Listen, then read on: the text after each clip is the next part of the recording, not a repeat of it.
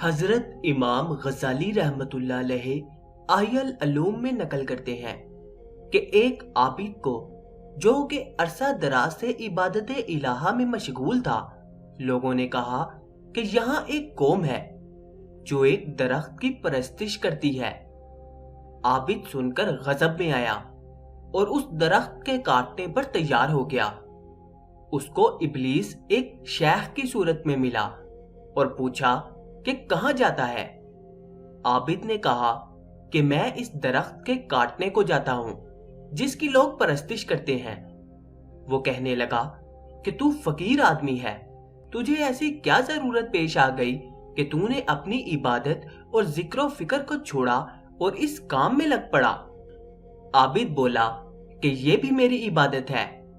ابلیس نے کہا کہ میں تجھے ہرگز درخت کاٹنے نہیں دوں گا۔ اس پر دونوں میں لڑائی شروع ہو گئی۔ عابد نے شیطان کو نیچے ڈال لیا اور سینے پر بیٹھ گیا۔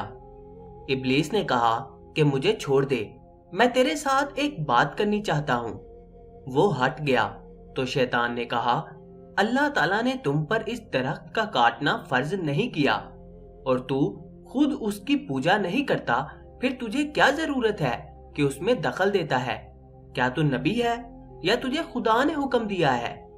اگر خدا کو اس درخت کا کاٹنا منظور ہے تو کسی اپنے نبی کو حکم بھیج کر کٹوا دے گا۔ عابد نے کہا، میں ضرور کاٹوں گا۔ پھر ان دونوں میں جنگ شروع ہو گئی۔ عابد اس پر غالب آ گیا، اس کو گرا کر اس کے سینے پر بیٹھ گیا۔ ابلیس عاجز آ گیا اور اس نے ایک تدبیر اور سوچی اور کہا کہ میں ایک ایسی بات بتاتا ہوں جو میرے اور تیرے درمیان فیصلہ کرنے والی ہو اور وہ تیرے لیے بہت بہتر اور نافع ہے۔ عابد نے کہا، وہ کیا ہے؟ اس نے کہا کہ مجھے چھوڑ دے تو میں تجھے بتاؤں۔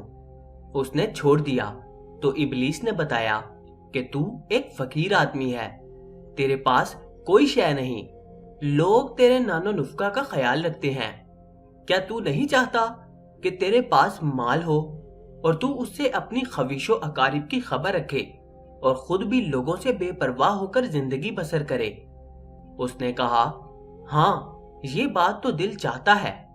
تو ابلیس نے کہا کہ اس درخت کے کاٹنے سے باز آ جا، میں ہر روز ہر رات کو تیرے سر کے پاس 2 دینار رکھ دیا کروں گا، سویرے اٹھ کر لے لیا کر، اپنے نفس پر، اپنے اہل و عیال پر اور دیگر اقارب و ہمسایوں پر خرچ کیا کر، تیرے لیے یہ کام بہت مفید اور مسلمانوں کے لیے بہت نافع ہوگا۔ اگر یہ درخت تو کاٹے گا، اس کی جگہ اور درخت لگا لیں گے تو اس میں کیا فائدہ ہوگا؟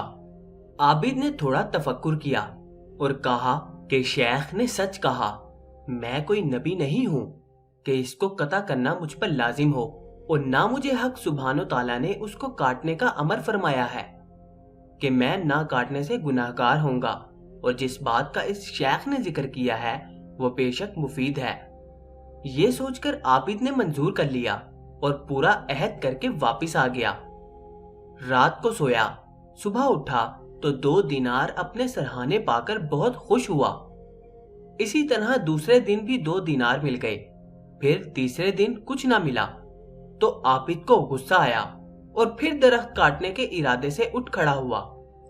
پھر ابلیس اسی صورت میں سامنے آ گیا اور کہنے لگا کہ اب کہاں کا ارادہ ہے؟ عابد نے کہا کہ درخت کاٹوں گا۔ اس نے کہا کہ میں ہرگز نہیں جانے دوں گا۔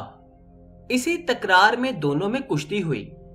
ابلیس نے عابد کو گرا دیا اور سینے پر بیٹھ گیا اور کہنے لگا کہ اگر اس ارادے سے باز آ جائے تو بہتر، ورنہ تجھے ذبح کر ڈالوں گا۔ عابد نے معلوم کیا کہ مجھے اس کے مقابلے کی طاقت نہیں۔ کہنے لگا کہ اس کی وجہ بتاؤ کہ پہلے تو میں نے تم کو پچھاڑ لیا تھا، آج تو غالب آ گیا ہے، اس کی کیا وجہ ہے؟